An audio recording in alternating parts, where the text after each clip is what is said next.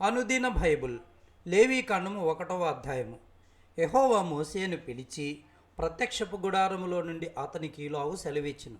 నీవు ఇశ్రాయేలీయులతో ఇట్లనుము, మీలో ఎవరైనను యెహోవాకు బలి అర్పించినప్పుడు గోవుల మందలో నుండి కానీ, గొర్రెల మందలో నుండి కానీ, మేకల మందలో నుండి కానీ దానిని తీసుకొని రావలను.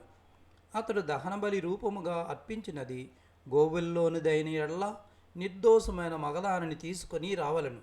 తాను యెహోవా సన్నిధిని అంగీకరింపబడినట్లు ప్రత్యక్షపు గుడారము ద్వారమునకు దాన్ని తీసుకొని రావలను. అతడు దహనబలిగా అర్పించు పశువు తల మీద తన చెయ్యి నుంచవలెను. అతని నిమిత్తము ప్రాయశ్చిత్తము కలిగినట్లు అది అతని పక్షముగా అంగీకరింపబడును. అతడు యెహోవా సన్నిధిని ఆ కోడెదూడను వధించిన తరువాత యాజకులైన అహరోను కుమారులు దాని రక్తమును తెచ్చి ప్రత్యక్షపు గుడారం ఎదుటనున్న బలిపీఠము చుట్టూ ఆ రక్తమును ప్రోక్షింపవలెను. అప్పుడు అతడు దహనబలి రూపమైన ఆ పశు చర్మమును ఒలిచి దాని అవయవములను విడదీసిన తరువాత యాజకుడైన అహరోను కుమారులు బలిపీఠం మీద అగ్ని ఉంచి ఆ అగ్ని మీద కట్టెలను చక్కగా పేర్చవలెను. అప్పుడు యాజకులైన అహరోను కుమారులు ఆ అవయవములను, తలను, క్రొవ్వును బలిపీఠం మీదనున్న అగ్ని మీద కట్టెలపైన చక్కగా పేర్చవలెను. దాని అంతరములను, కాళ్ళను నీళ్లతో కడగవలెను. అది యెహోవాకు ఇంపైన సువాసన గల దహనబలి అగునట్లు యాజకుడు దానినంతయు బలిపీఠం మీద దహింపవలెను.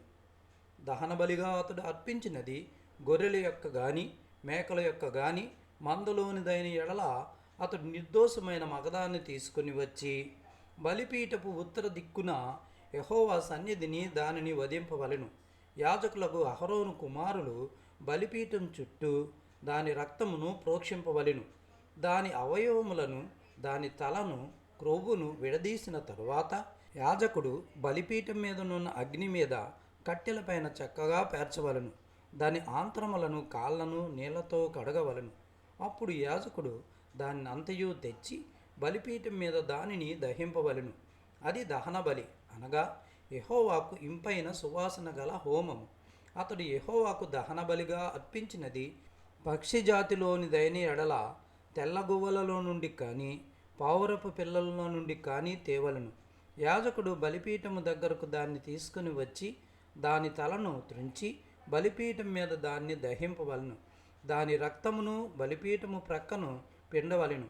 మరియు దాని మలముతో దాని పొట్టను ఊడదీసి బలిపీఠము తూర్పు దిక్కున బూడిదను వేయి చోట దానిని పారవేయవలెను.